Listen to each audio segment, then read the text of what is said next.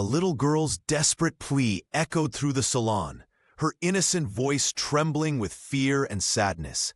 Her stepmother's cold determination threatened to strip away more than just her beautiful locks. Before we begin, make sure to subscribe to the channel and comment where you're watching from. 7-year-old Mary Johnson sat perched on a splintered wooden stool, her long chestnut hair trailing over her shoulders like a memory she could almost touch. The wooden seat creaked beneath her small frame as she shifted nervously, feeling the weight of her stepmother's presence behind her. Through the lace curtains of the sitting room, afternoon sunlight filtered in strips across the hardwood floor, illuminating swirling dust motes that danced in the golden beams. "Sit still," Sarah Johnson commanded, her voice sharp as the metal tool she wielded. The scissors gleamed menacingly in her manicured hand, catching the light and sending a cold reflection across the wall. Mary squeezed her eyes shut, her small fingers gripping the edges of the stool until her knuckles turned white. This hair was her last connection to her mother, every strand a reminder of Laura Johnson and the gentle way she used to brush it each night before bed, humming softly in their small Ohio home. "This hair makes you vain. You're not a porcelain doll," Sarah muttered, tugging sharply at the comb. The young girl winced as it caught in a tangle, but didn't cry out. She had learned that tears only made her stepmother pull harder. The sitting room felt suffocating, despite its size, filled with expensive furnishings that Sarah insisted were necessary to maintain their standing in the village. Family photos lined the mantel, though none featured Mary's mother anymore. Those had mysteriously disappeared shortly after Sarah had moved in. "The church ladies think I'm too lenient with you," her stepmother continued, the scissors hovering dangerously close to the chestnut locks. "Children should be tidy, not wild. This hair is impractical." A tear escaped despite Mary's determination, sliding down her cheek as she thought about the maple tree behind the church where she sometimes went to feel closer to her mother. Laura had loved that tree, had taught Mary how wildflowers grew around its roots each spring.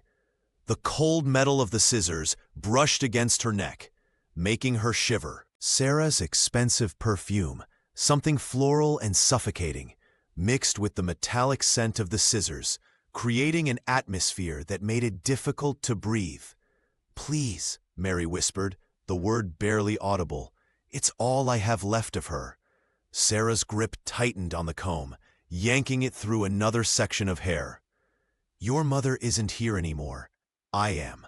And in this house, we follow my rules." The scissors opened with a threatening snip, the sound echoing in the quiet room, like a promise about to be broken. Mary's hands balled into fists, knuckles white against her pale skin as she gathered her courage. The wooden stool beneath her creaked with her slight movement. "Please don't cut my hair, stepmother," she whispered. Her voice trembled like autumn leaves in a breeze, but there was an edge of resistance that surprised even her, a quiet defiance she hadn't known she possessed. The chestnut locks her mother had once lovingly brushed each night were more than just hair. They were the last physical connection to a woman whose absence felt like a constant ache. Sarah's grip on the scissors tightened, her knuckles matching the whiteness of Mary's. "Don't be ridiculous," she hissed, the expensive perfume she wore suddenly cloying in the tense atmosphere. "This childish attachment to your appearance needs to end." In that instant, the front door slammed open with such force that the lace curtains billowed inward like ghosts. The wind swirled into the sitting room, carrying with it the scent of rain and disturbed earth. A tall figure filled the doorway, his woolen coat flapping around his legs, eyes ablaze with a fury that seemed to electrify the very air. "Step away from her," boomed Robert Davis, the millionaire botanist who had left this Ohio village in disgrace decades before. His voice filled every corner of the room, powerful enough to make the scissors in Sarah's hand tremble slightly.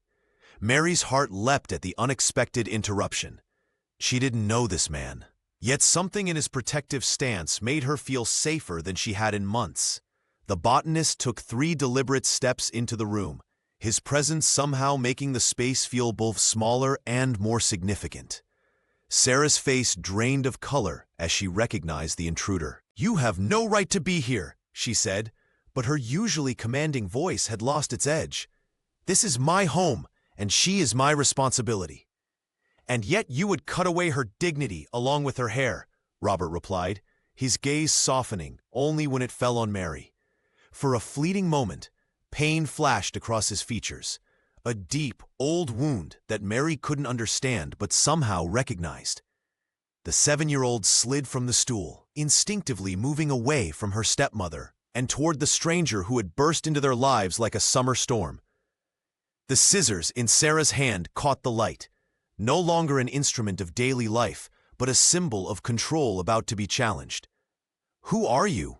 Mary asked, her small voice somehow cutting through the tension between the adults. Robert's expression shifted, something profound and unspoken passing across his weathered face. "Someone who knew your mother," he answered simply, "and someone who won't let you be harmed." Sarah's grip faltered, the silver scissors trembling in her hand as she whirled around to face the intruder. Her carefully maintained composure cracked like thin ice, eyes widening with recognition and something deeper, fear. The sitting room, once a fortress of her control, now felt like a stage where old secrets were about to be exposed. "Robert Davis," she managed, her voice barely above a whisper, "you have no right to barge into my home."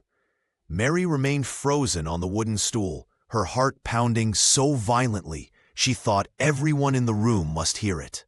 The little girl clutched the edges of her seat, knuckles white, as she watched the 2 adults face off like storm clouds about to collide. Robert stood his ground, the doorway framing his tall figure like a portrait of righteous anger. His expensive coat still flapped from the wind that had followed him inside, bringing with it the scent of greenhouse soil and determination. The botanist's eyes never left Sarah's face, though his words were meant for the child. "I heard her crying from the street," he said, each word measured and heavy with accusation. "The whole village can hear what happens in this house, even if they pretend not to." Mary dared to look up at him, this stranger who had appeared like a character from one of her storybooks. There was something familiar in his features, something that tugged at memories she couldn't quite grasp. The millionaire's presence filled the room with an energy that pushed against Sarah's cold authority. The tension stretched between them like a thread about to snap. Sarah's fingers tightened around the scissors, then loosened again, uncertain. "This is a family matter," she insisted, her voice regaining some of its customary frost. "Mary is my stepdaughter, and I decide what's best for her appearance." Robert's gaze finally shifted, softening as it landed on Mary. In that moment, his expression transformed entirely. The anger remained, but beneath it bloomed something gentler, a recognition that stole his breath. He wasn't seeing just a frightened child with half-combed hair, but the ghost of another face, another time. "Laura," he whispered, so quietly that only Mary heard it. The little girl felt a strange warmth spread through her chest at the mention of her mother's name. Robert straightened his shoulders and took a step forward. "No one will harm her here," he declared, his voice trembling with a complex mixture of anger and grief. "Not her hair, not her spirit. I won't allow it." In the silence that followed, Mary felt something shift in the foundations of her world. The Ohio village outside continued its quiet afternoon, unaware that in this sitting room, battle lines were being drawn that would change everything. After that day, everything changed. Sarah Johnson's control over Mary tightened like a vice. She forbade the young girl from even whispering Robert Davis's name, implementing new rules with cold precision. "That man is nothing but trouble," Sarah hissed one evening, her fingers gripping Mary's shoulder. "You will not speak of him, not even think of him." But despite her stepmother's harsh words, A tiny seed of hope had been planted in Mary's heart. The village buzzed with gossip about Robert's dramatic return. Women whispered behind cupped hands at the church, and men exchanged knowing glances at the local store. Most kept their distance, remembering old scandals and unresolved grievances. Yet Robert remained undeterred by their cold shoulders and narrowed eyes.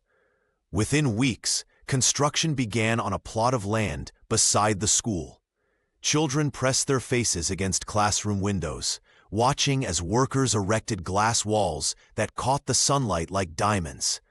By mid-autumn, a gleaming greenhouse stood complete, its crystal panels reflecting the Ohio sky in fractured patterns. "The nerve of that man!" Sarah muttered when she first saw the structure while dropping Mary off at school. "Flaunting his money as if it erases the past?"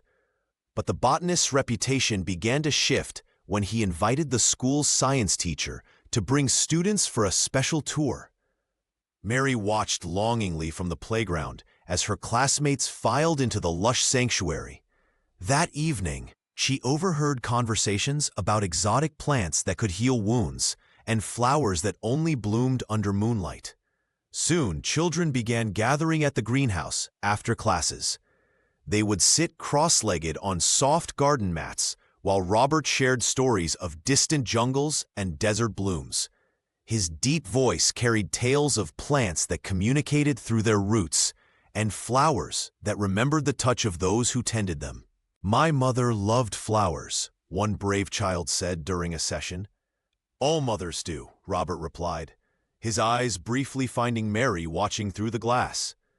"They understand growth and patience better than most." Though Sarah insisted Mary return home immediately after school, the girl often found excuses to linger, tying her shoelace repeatedly or pretending to search for a lost pencil, just to glimpse the wonder inside the conservatory.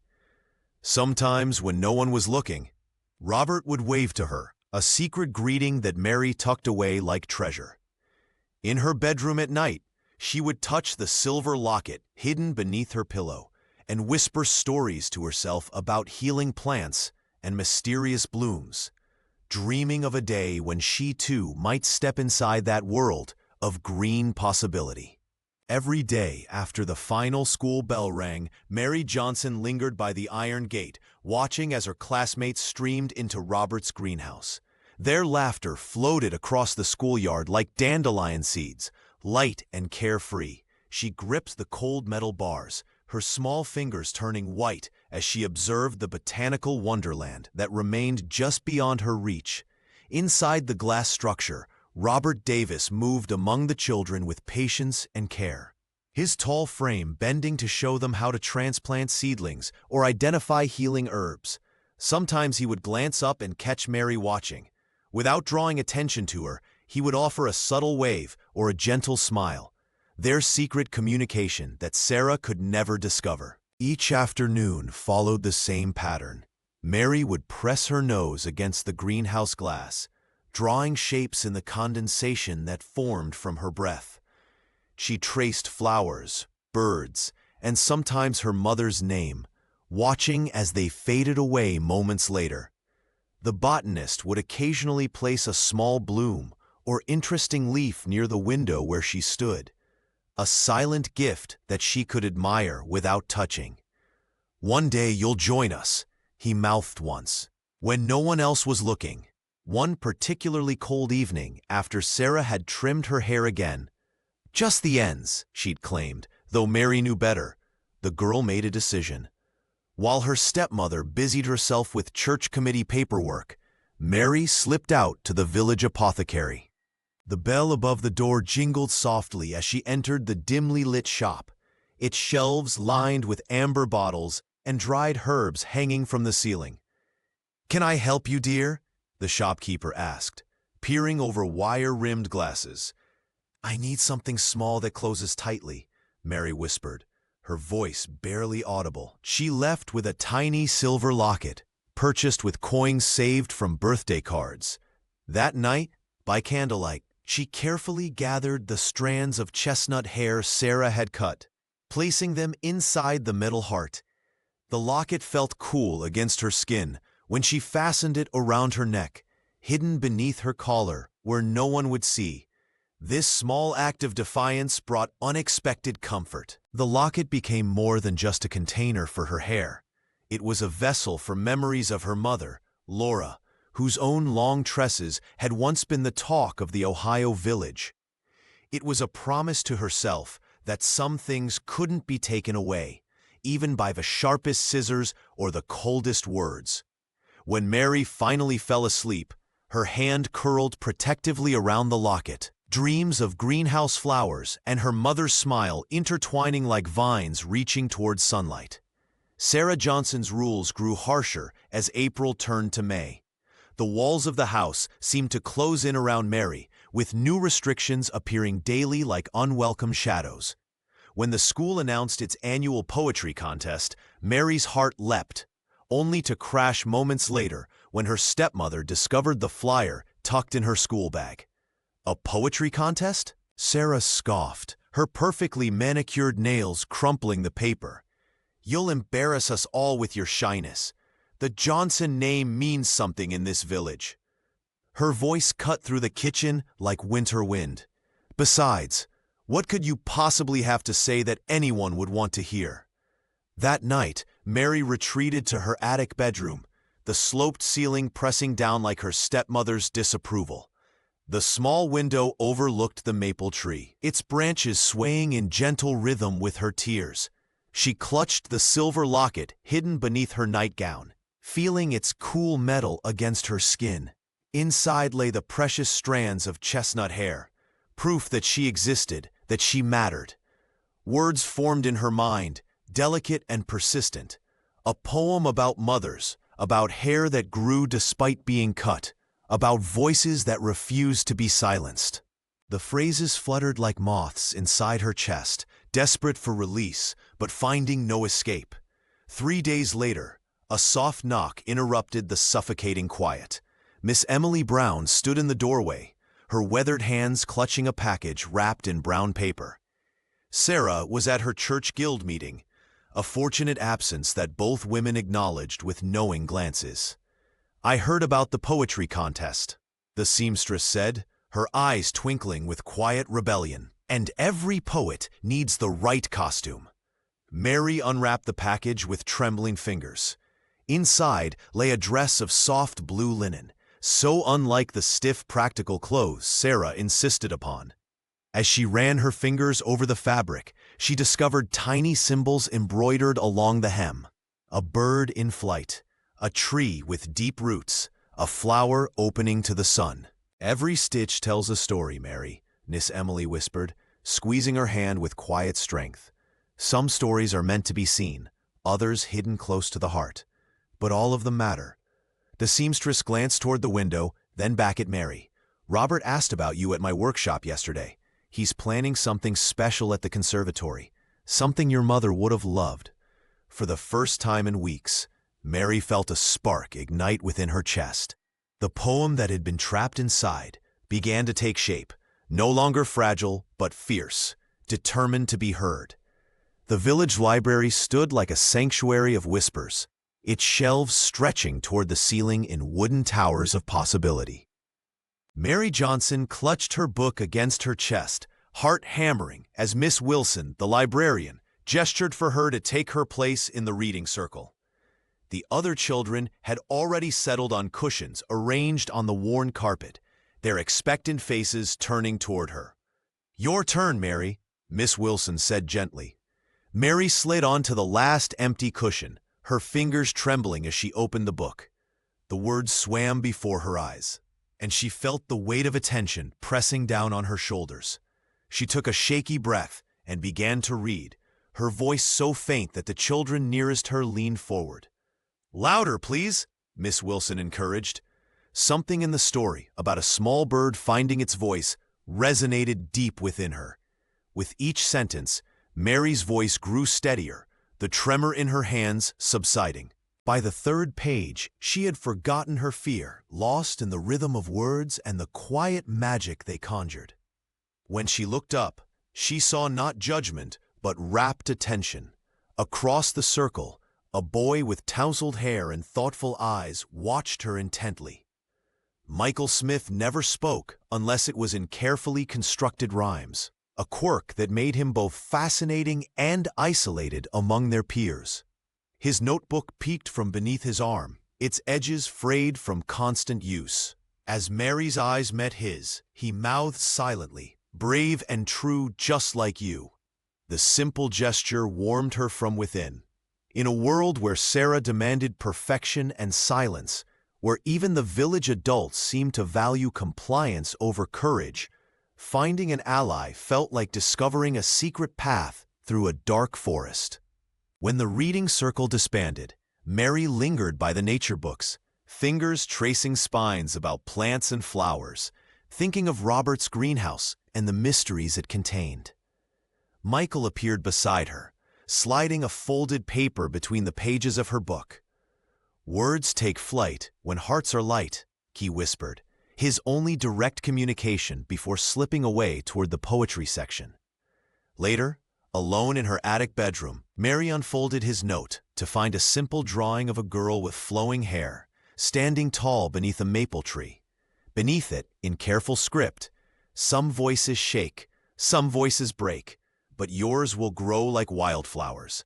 She tucked the note into her silver locket alongside the strands of hair. Another treasure, another secret, but another reminder that she was not alone in her quiet rebellion. The library session had ended, but Mary Johnson's heart still raced with the small victory of finding her voice. As the other children scattered across the schoolyard, she lingered by the iron fence, watching the glass walls of the conservatory shimmer in the afternoon light. Robert Davis appeared at her side so quietly she almost jumped. "I've been waiting to show you something special," the botanist said, his weathered hands cupping something precious. When he opened his palm, Mary saw a small, waxy bud nestled there, its petals tightly furled like a secret waiting to be told. "This is your mother's flower," Robert told her, his voice thick with memory. "Laura loved these rare night bloomers. I brought the seeds back from South America years ago." His eyes grew distant, looking beyond the greenhouse to something only he could see. "It blooms under moonlight, just like her spirit." Mary accepted the tiny bud with trembling fingers. "It doesn't look special," she whispered, afraid of disappointing him. "The most extraordinary things rarely do, at first glance," he answered with a gentle smile. "Your mother understood that better than anyone." That evening, Sarah was occupied with church committee paperwork. Barely noticing when Mary slipped out the back door, the girl clutched her silver locket as she hurried through the twilight, following the path to the Laura Johnson Conservatory. The structure stood like a crystal palace against the darkening Ohio sky. Inside, the greenhouse was a different world. Humid air wrapped around her like an embrace, carrying scents of earth and green things growing. Robert had left a small lamp burning beside a ceramic pot where he'd planted the bud. Mary settled on a wooden stool, watching as moonlight gradually filtered through the glass ceiling. Just before 9 o'clock, something magical happened.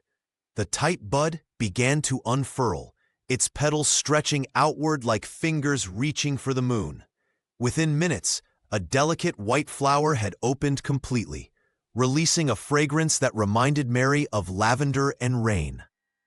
She pressed her nose to the petals, inhaling deeply. The scent seemed to carry whispers, memories she couldn't quite grasp but somehow recognized. For a moment, she could almost feel her mother's fingers gently braiding her hair, hear her soft laughter. Tears slid down Mary's cheeks, but they weren't tears of sadness. In that moment, surrounded by growing things in the hush of the greenhouse, she realized she was not alone. Her roots ran deep in the soil of this village, connected to her mother through this flower, through Robert's stories, through her own quiet strength. She touched her locket, feeling the strands of hair safely tucked inside. Some bonds, she realized, could never truly be cut. The Sunday Women's Guild meeting at the church had always been Sarah Johnson's stage. Today, She arrived with Mary in tow, the child's chestnut hair neatly brushed and tied with a ribbon that matched her modest dress. The afternoon sunlight streamed through stained glass windows, casting colored shadows across the gathering of Ohio's most respected women. "Such lovely hair," Mrs. Peterson commented, reaching out to touch Mary's locks. "Just like her mother's." Sarah's smile tightened at the mention of Laura. "It's becoming quite unmanageable," she replied, her voice honeyed with false concern. Always in her eyes during studies. Mary stood silently, fingers clutching her silver locket beneath her collar. She knew what was coming, had sensed it in the way her stepmother had insisted she wear her best dress to church today. "Here, let me just." Sarah produced a small pair of scissors from her purse, with theatrical casualness.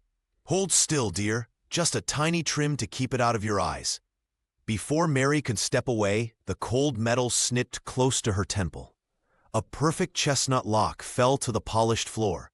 Gasps and titters rippled through the room as Sarah feigned dismay. "Oh, my hand slipped."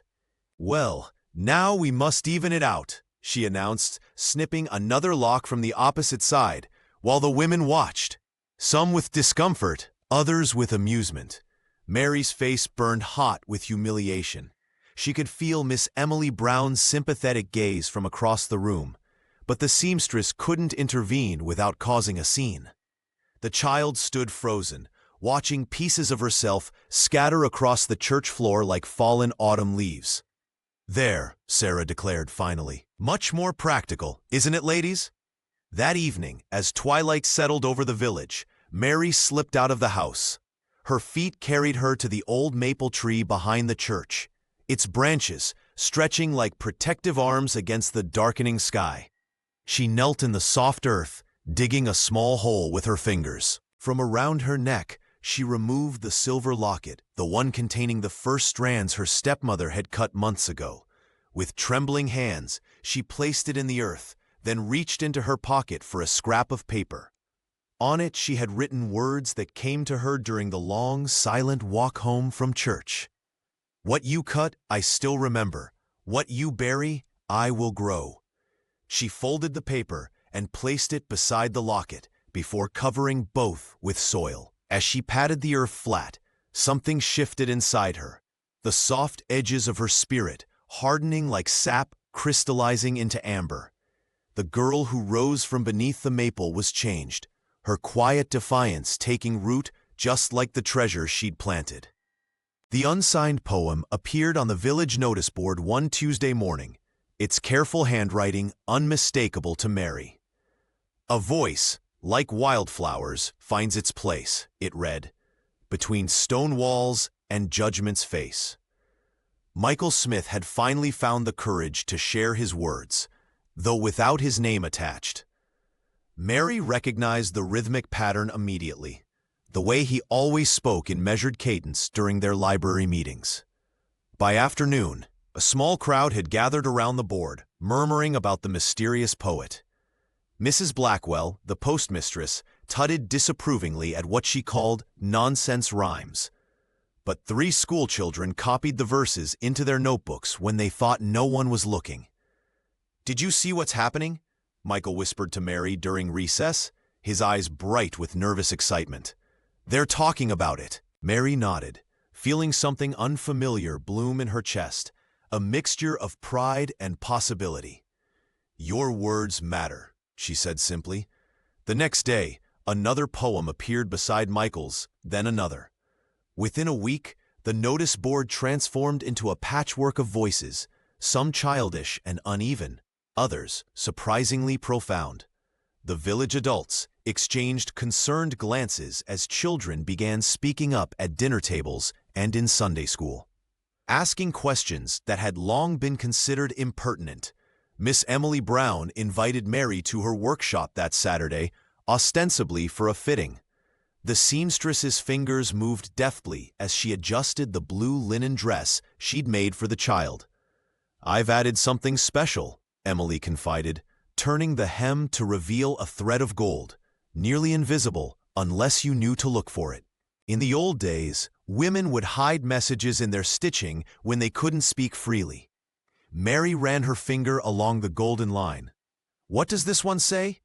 "That you are never alone," the seamstress replied, her voice soft but steady. "That some of us remember your mother, Laura, and how she stood up for what was right." When Mary wore the dress to Sunday service, Sarah Johnson's lips tightened at the sight, but she said nothing. Robert Davis, seated 3 rows behind, gave an almost imperceptible nod of recognition. Mary felt the weight of the golden thread with every step, as if carrying an invisible connection to all who had come before her, and all who might follow. The locket beneath her collar held what Sarah had tried to take away, while Emily's thread represented what no one could, the legacy of quiet rebellion that was becoming her inheritance. That evening, Michael slipped her a folded paper. "For the next posting," he whispered. "Will you help me?" Mary smiled, feeling the golden thread warm against her skin. "Yes," she answered, "I will." The maple leaves had begun to turn crimson as autumn settled over the Ohio village. Mary Johnson watched from her bedroom window as the first storm clouds gathered, matching the churning of secrets that seemed to swirl through the town these days. At Miss Emily Brown's workshop, Mary sat quietly on a cushioned stool while the seamstress adjusted the hem of her blue dress. The gentle click of Emily's needle created a rhythm that felt safe, unlike the cold snip of Sarah's scissors. "Your stepmother wasn't always this way," Emily said suddenly, her voice soft as she worked a golden thread into the fabric. "I used to care for her when she was young, not much older than you." Mary's eyes widened. "You were Sarah's nanny?" Emily nodded, her fingers never pausing their careful work. She was a lonely child. Her parents were respected, but distant, always concerned with appearances. The seamstress tied off a knot and looked up. "She's always been terrified of being forgotten, of becoming invisible. That's why she clings to control so desperately." "But why my hair?" Mary whispered, touching the growing strands that now barely reached her shoulders. "Because it reminds her of your mother," Emily answered, sadness crossing her face. "And because it's something she can never have herself. She never learned to listen to others' pain, only to silence it." Across town, Robert Davis knelt beneath the old maple tree behind the church, rain beginning to spatter against his coat.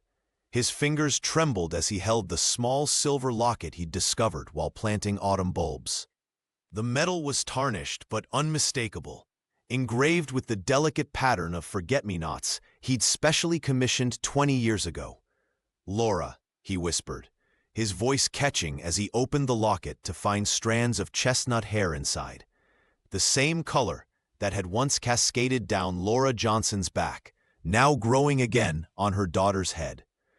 Robert pressed the locket to his chest, tears mingling with raindrops on his face. He'd given this to Laura the night before he left the village in disgrace, a promise to return that he'd failed to keep until it was too late. Now, her daughter had buried it here, beneath this ancient tree where they'd once carved their initials. The botanist stood slowly, pocketing the precious memento. The past wasn't just memories, it was alive, growing like the roots beneath his feet, impossible to truly bury. As thunder rolled across the darkening sky, Robert made a silent vow to protect what remained of Laura's legacy, no matter the cost. Sarah Johnson paced her bedroom in the dark, the brush moving through her own hair with increasing force. Each stroke became more aggressive as she muttered to herself, "She doesn't need it. She doesn't." The expensive perfume that usually surrounded her had faded, replaced by the sour scent of anxiety. Her reflection stared back accusingly from the ornate mirror, the same mirror where she'd watched herself cut Mary's hair weeks before. "I promised," she whispered, the brush pausing mid-stroke. The vow she'd made to Laura on her deathbed, to never cut her daughter's beautiful hair, haunted her like a ghost. Sarah had broken that promise repeatedly. Each snip of the scissors a small betrayal she justified with words like practical and appropriate. Downstairs, Mary slept peacefully, her chestnut locks beginning to grow back, curling slightly at the ends. The child clutched her silver locket even in sleep, the metal warm against her skin. Inside it, the hidden strands of hair represented everything Sarah feared: memory, connection, and a love that persisted beyond death. Across the village, Robert Davis stood in his greenhouse, carefully arranging a new brass plaque. Tomorrow would mark a turning point. The millionaire had spent weeks planning this moment, investing not just his fortune, but his heart into the transformation of the simple structure into something meaningful. Morning arrived with unusual clarity for an Ohio autumn. Villagers gathered outside the greenhouse, curiosity overcoming their usual reserve. Robert stood tall at the entrance, his expression a mixture of defiance and grief as he unveiled the gleaming sign: the Laura Johnson Conservatory. A collective gasp rippled through the crowd. Some of the older residents exchanged uncomfortable glances. Laura's name had been carefully avoided in conversation for years. Her relationship with Robert, her marriage, her early death, all topics deemed too complicated for polite society. "This place will honor a woman who loved beauty and growth," Robert announced, his voice steady despite the emotion behind his words. Laura believed in nurturing what's precious, not cutting it away. Miss Emily Brown stood at the edge of the gathering, her gentle eyes taking in the reactions around her. She noticed how some villagers shifted uncomfortably, while others seemed relieved, as if a long-held breath was finally being released. Michael Smith, standing beside his parents, watched with quiet understanding beyond his years. He scribbled something in his notebook, a poem forming about truth breaking through soil like a determined seedling. The conservatory's dedication forced the village to confront what they'd buried, not just Laura's memory, but their complicity in allowing her story to be erased. As people slowly dispersed, the brass plaque caught the sunlight, becoming a beacon that would prove impossible to ignore.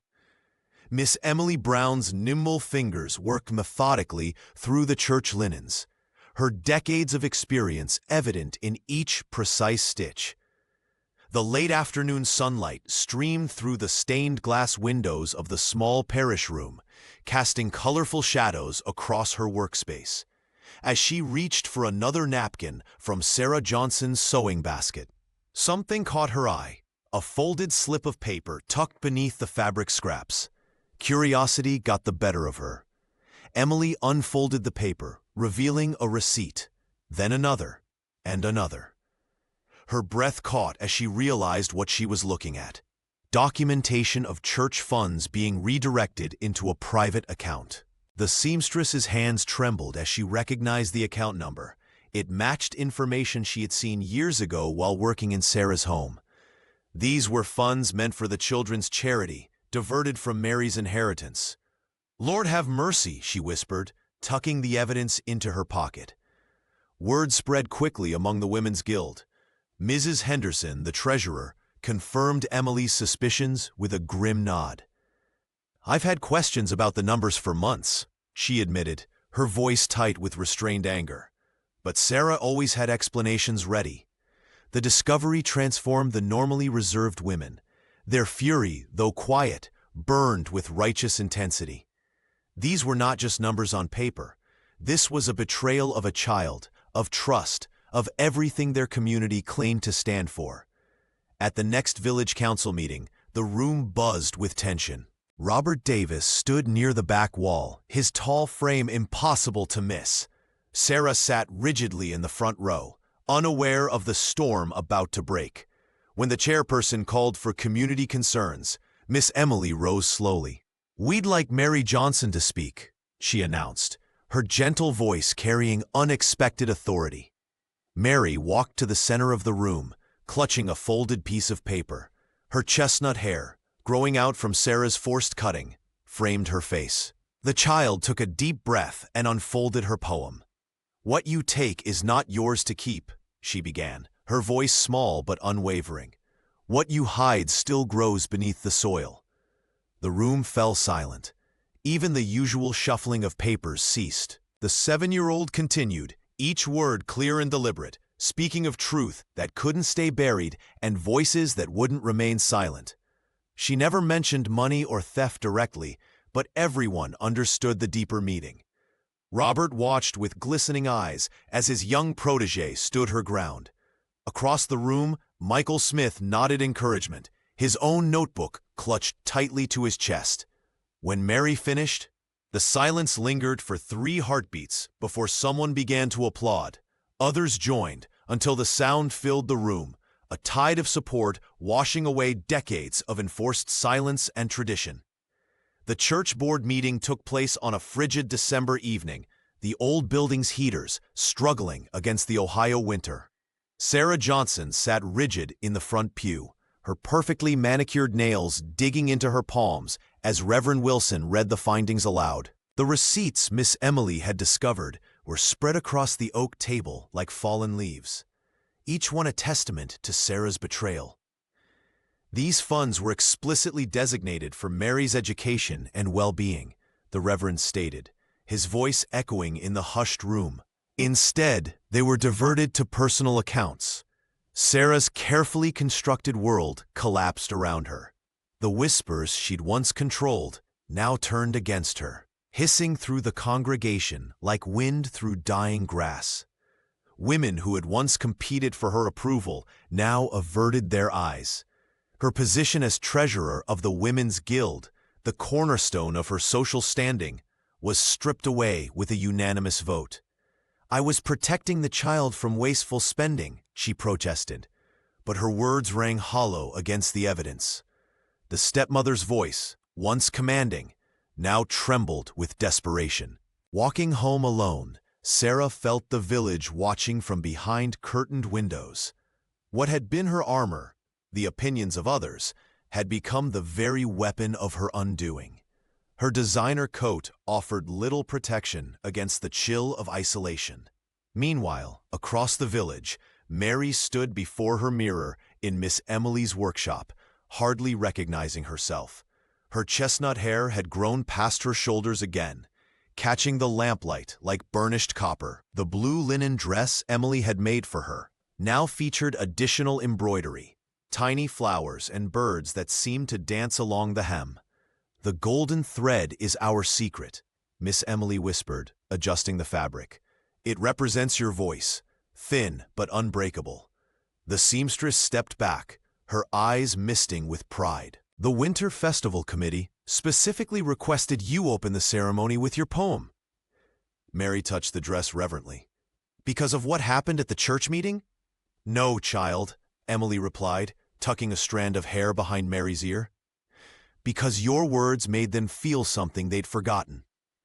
On festival night, the village square glittered with string lights and frost. Robert Davis stood at the edge of the crowd, his breath clouding in the cold air as Mary took her place on the small wooden stage. The botanist's eyes glistened with unshed tears as the 7-year-old girl smoothed her dress and lifted her chin. When Mary began to speak, her voice carried across the hushed gathering, no longer a whisper, but clear as a bell on a winter morning. Her hair, once the source of such conflict, now framed her face like a halo, a testament to everything she had survived and become. Robert Davis stood at the back of the Winter Festival crowd, his tall frame partially hidden by the festive decorations that adorned the village square. His eyes never left Mary as she stepped onto the makeshift stage, her chestnut hair cascading down her back, longer now than it had been in months. The sight stirred something profound within him, a complex mixture of pride and lingering sorrow that tightened his chest. "She has her mother's courage," he whispered to himself, remembering Laura Johnson and the promises he'd failed to keep. The botanist's journey of atonement had been arduous since his dramatic return to Ohio. Villagers still exchanged glances when he walked past the general store, their whispers following him like shadows.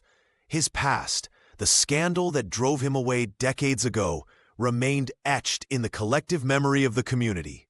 Yet something had shifted. That morning, Mrs. Patterson had stopped him outside the conservatory, her weathered hand touching his arm.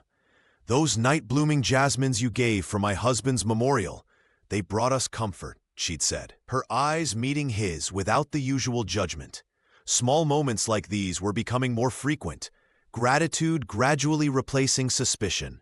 As Mary's clear voice carried across the square, Robert noticed how the crowd leaned forward, captivated. The child who once hid behind her hair now commanded attention with quiet confidence. The millionaire felt his eyes grow damp, wondering if Laura could see what her daughter had become. Beside Mary stood Michael Smith, his notebook clutched tightly in trembling hands. The shy boy who had only ever communicated in written rhymes now stepped forward, emboldened by his friend's example. His voice quavered at first, but strengthened with each line of his poem about friendship and courage. "Two saplings in the storm," Michael recited, "bend but never break." The audience responded with genuine applause. Not the polite acknowledgement typically reserved for children's performances. Robert watched as Miss Emily Brown dabbed at her eyes with a handkerchief. Her seamstress hands that had stitched golden threads of rebellion into Mary's dress now pressed against her heart. This unlikely friendship between Mary and Michael represented something revolutionary in the small village, a quiet rejection of the old ways that had valued silence over truth, appearance over authenticity. Their companionship was becoming the heartbeat of a new generation, one that questioned rather than conformed. As the performance ended, Robert remained in place while others moved toward the refreshment tables. He watched Mary and Michael accept congratulations, their faces bright with accomplishment. In their courage, he found both redemption and purpose, a reminder that even in a place haunted by the past, new stories could still take root and flourish. The conservatory glass fogged with warmth against the bitter Ohio winter. Outside, snow piled in soft drifts against the windows. But inside, Mary Johnson's fingers worked carefully among the soil, planting winter bulbs alongside Robert Davis. The millionaire botanist had transformed the greenhouse into a sanctuary where memories bloomed alongside rare flowers. "Your mother loved snowdrops," Robert said, his voice soft as he handed Mary a delicate white bulb. "Laura would plant them everywhere, even in the most unlikely places." He smiled, the lines around his eyes deepening. "Once, she tucked them between the church foundation stones. The pastor nearly fainted when they pushed through in February." Mary giggled, imagining her mother's mischievous spirit. The conservatory had become her favorite place in the entire village. Warm earth beneath her fingers, the humid air heavy with possibility, and stories of the mother she barely remembered flowing freely. "Did she like to garden at home, too?" the child asked, pressing the bulb gently into the dark soil. Robert nodded, adjusting the temperature controls. "Your mother could make anything grow. She believed plants responded to kindness." He paused, watching Mary's careful movements. "You have her touch." The door chimed as Miss Emily Brown entered, bringing a swirl of snowflakes and the scent of lavender. The seamstress carried her embroidery hoop, settling into the wicker chair by the tropical section where the heat was strongest. "I've brought something to show you both," Emily announced, her nimble fingers unfolding a square of linen. It was a tapestry of intricate stitches, tiny flowers, a maple tree, scissors with broken handles, and golden threads weaving throughout. Mary approached, her chestnut hair falling forward as she leaned to examine the work. "It's our story," she whispered, recognizing each symbol. "Every village has its history," Emily explained, "but some stories never get told. I'm making sure ours isn't forgotten." Robert studied the embroidery, his finger hovering over a delicate blue flower. "Laura's favorite," he murmured. The three worked in companionable silence as afternoon faded to evening. Mary tending seedlings, Robert cataloging new specimens, and Emily's needle flashing in the greenhouse lights. Occasionally, they would share memories, Robert's tales of botanical expeditions, Emily's recollections of village scandals long hushed, and Mary's newer, fragile memories forming in real time. "Do you think Sarah ever sits alone like this?" Mary asked suddenly, looking up from her work. Emily's hands stilled. "Some people don't know how to be still with their thoughts, dear." Robert nodded. "That's why we garden, why Emily sews, to make peace with our memories." Outside, darkness fell early, but inside the Laura Johnson Conservatory, light and warmth persisted, a testament to what could grow from even the harshest beginnings. Sarah Johnson sat alone in her living room, the grand house now eerily quiet without Mary's gentle footsteps. The ornate brush moved mechanically through her hair, 99 strokes every night, just as her own mother had taught her. Outside, snow piled against windowsills, isolating her further from the village that had once respected her. "They'll forget about it eventually," she whispered to her reflection. But the words rang hollow. The church guild had replaced her with Emily Brown of all people, a mere seamstress. Her social calendar, once filled with invitations, now remained empty week after week. She paused, mid-stroke, remembering the promise she'd made at Laura's deathbed. "I'll love her as my own," she had sworn, the words now haunting her, like ghosts in the empty hallways. Sarah had never intended cruelty, only to shape Mary into someone strong, someone who wouldn't be forgotten, as she herself feared being forgotten. The brush clattered to the floor. For the first time in months, tears streaked down her carefully maintained face. The house creaked around her, as if carrying the weight of her broken promises. Across the village, Mary Johnson walked through knee-deep snow toward the old maple tree. Winter had transformed the Ohio landscape into a wonderland of white, the cold air nipping at her cheeks as she clutched a small notebook to her chest. Her chestnut hair, now grown past her shoulders again, peeked out from beneath a handmade cap, another gift from Miss Emily. The 7-year-old knelt beside the tree where her locket remained buried, the secret connection to her mother. Robert Davis had offered to help her retrieve it, but Mary had decided to leave it there, a seed of memory planted in the earth. "I brought you something, Mom," she whispered, opening her notebook to reveal a new poem. The pages fluttered in the winter wind as she read aloud, her voice growing stronger with each word. "They tried to cut away what made me yours, but roots grow deeper than scissors can reach." Mary traced the rough bark of the maple, feeling a strange peace settle over her. This winter felt different from the last, not an ending, but a beginning. In the conservatory, flowers still bloomed despite the snow, just as she continued to grow despite Sarah's attempts to diminish her. "I am not what they tried to cut away," she concluded, closing her notebook as snowflakes began to fall again. "I am what survived." The child stood, brushing snow from her coat. In the distance, she could see the warm glow of the Laura Johnson Conservatory, where Robert would be waiting with hot chocolate and stories about her mother. Mary smiled, turning away from the maple tree with a lightness in her step that hadn't been there before. The village square, once a stage for carefully crafted appearances and whispered judgments, transformed with each passing month. Children, who had previously been taught to be seen but not heard, now gathered on the wooden benches during council meetings, their hands shooting up with questions and suggestions that would have been unthinkable just a year before. Mary Johnson sat among them, no longer the timid girl with downcast eyes, but a beacon for others finding their voices. "I think we should use the community garden to grow vegetables for Mrs. Wilson," suggested a freckled boy who had barely spoken in public before. "She can't tend her own garden since her accident." The council members exchanged glances, some uncomfortable with this new order, others nodding with approval. Robert Davis sat at the edge of the room, a small smile playing on his lips as he watched the transformation unfold. His conservatory had become more than a place of plants and flowers. It had become a sanctuary where ideas bloomed alongside the carefully tended seedlings. Throughout the Ohio village, poetry appeared in unexpected places, chalked on sidewalks, pinned to the community board, recited spontaneously in the general store.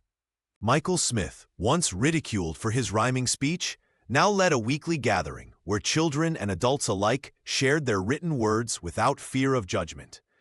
"It's like watching flowers push through concrete," Miss Emily Brown remarked to Robert as they observed the changes. The seamstress had quietly assumed leadership of the church guild after Sarah Johnson's disgrace. Her workshop, once just a place of mending and alterations, had become the heart of a reformed community organization. Under Emily's guidance, the guild abandoned its focus on social hierarchy and appearances. Their meetings, previously dominated by gossip and competition, now centered on genuine community needs. Women who had once snubbed each other over perceived slights now worked side by side, stitching quilts for new mothers and organizing food deliveries for the elderly. "We value what matters," Emily told the newest guild member, her fingers working deftly at her embroidery. "The strength of a community isn't in how it looks, but in how it cares for its most vulnerable." The old guard of the village, those who had enforced unwritten rules of propriety for generations, still maintained their gardens and attended Sunday services. They watched this evolution with mixed emotions, some clinging desperately to fading traditions, while others cautiously embraced the change. What had begun with one small girl's refusal to be diminished had rippled outward, touching every corner of village life. The streets that had once echoed with hushed conversations now rang with children's laughter and open debate. The transformation wasn't complete, nor was it without resistance, but the village had irrevocably changed, proving that even the most entrenched systems could be reimagined through courage and compassion. Robert Davis, once shunned as the village pariah, had transformed into its most beloved mentor. Children flocked to the Laura Johnson Conservatory after school, their laughter echoing through glass walls that no longer represented isolation, but connection. He moved among the plants with quiet purpose, teaching youngsters about resilience through the language of flowers. Each bloom under his care seemed to whisper stories of second chances. "Some plants," he told a circle of wide-eyed children, "grow stronger after being cut back." His gaze would often drift to Mary during these lessons, pride warming his weathered features. The conservatory had become more than a greenhouse. It was a sanctuary where memories flourished alongside rare botanicals. Village elders who once crossed the street to avoid Robert now brought their grandchildren to his workshops. The space hummed with possibility. Each seed planted a promise of transformation. Mary Johnson walked through the village with her chestnut hair flowing freely behind her, a banner of quiet defiance against winter winds. No longer the timid child who once hid in shadows, she carried herself with newfound confidence. The silver locket still hung around her neck, but it was no longer a secret burden. It was a cherished talisman of her journey. "There goes Laura's daughter," whispered the older villagers, but now their tone held respect rather than pity. The 7-year-old had blossomed under Robert's guidance and Miss Emily's steady support. She greeted shopkeepers by name, helped younger children with their reading at the library, and sometimes even recited impromptu poems in the village square. Michael Smith walked beside her most afternoons, his rhyming speech less hesitant now. Together, they'd created a small literary circle where children shared stories without fear of judgment. What had begun as two quiet voices had grown into a chorus. Sarah Johnson remained in her house on the hill. Her influence diminished, but her presence still felt. Mary visited her stepmother weekly, bringing freshly cut flowers from the conservatory, not as a peace offering, but as proof that beauty could survive even the harshest pruning. Miss Emily Brown had sewn Mary a new winter coat, lined with stories embroidered in golden thread. "Your mother would be proud," she told the child, adjusting the collar against the Ohio chill. Mary nodded, understanding now that she carried her mother's legacy not just in her hair or her locket, but in her courage. She was no longer just a character in someone else's narrative. She had become the author of her own story. Each word and each preserved lock of hair, a declaration of self. The maple tree stood sentinel, its branches reaching toward a sky painted with the first blush of spring. Beneath its protective canopy, Mary Johnson had arranged a semicircle of wooden chairs borrowed from the church. The entire village had gathered, their faces expectant as they settled into place. Mary's chestnut hair caught the afternoon light, no longer a source of shame, but a crown she wore proudly. She smoothed the front of her blue dress, Miss Emily Brown's creation with its secret golden thread, and took a deep breath. "Thank you all for coming," she said, her voice soft, yet carrying across the hushed crowd. The 7-year-old unfolded a carefully written page, her hands steady now where they once trembled. Robert Davis stood nearby, his tall figure a protective presence. The botanist watched with undisguised pride as Mary began to recite her poem about roots that run deeper than anyone can see, and flowers that bloom even after being cut. Sarah Johnson sat at the edge of the gathering, separate yet present. Her eyes, once cold with control, now held something different, perhaps understanding, perhaps regret. She listened as her stepdaughter's words painted pictures of resilience and growth. Miss Emily dabbed at her eyes with a handkerchief she'd embroidered herself. The seamstress had sewn more than fabric in this village. She'd stitched together a community that was learning to listen. Michael Smith sat cross-legged in the front row, his notebook open on his lap.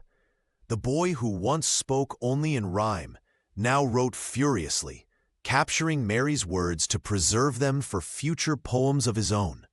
When Mary finished, silence held the moment sacred before applause rippled through the crowd. She looked up, surprised by the tears on faces both familiar and once intimidating.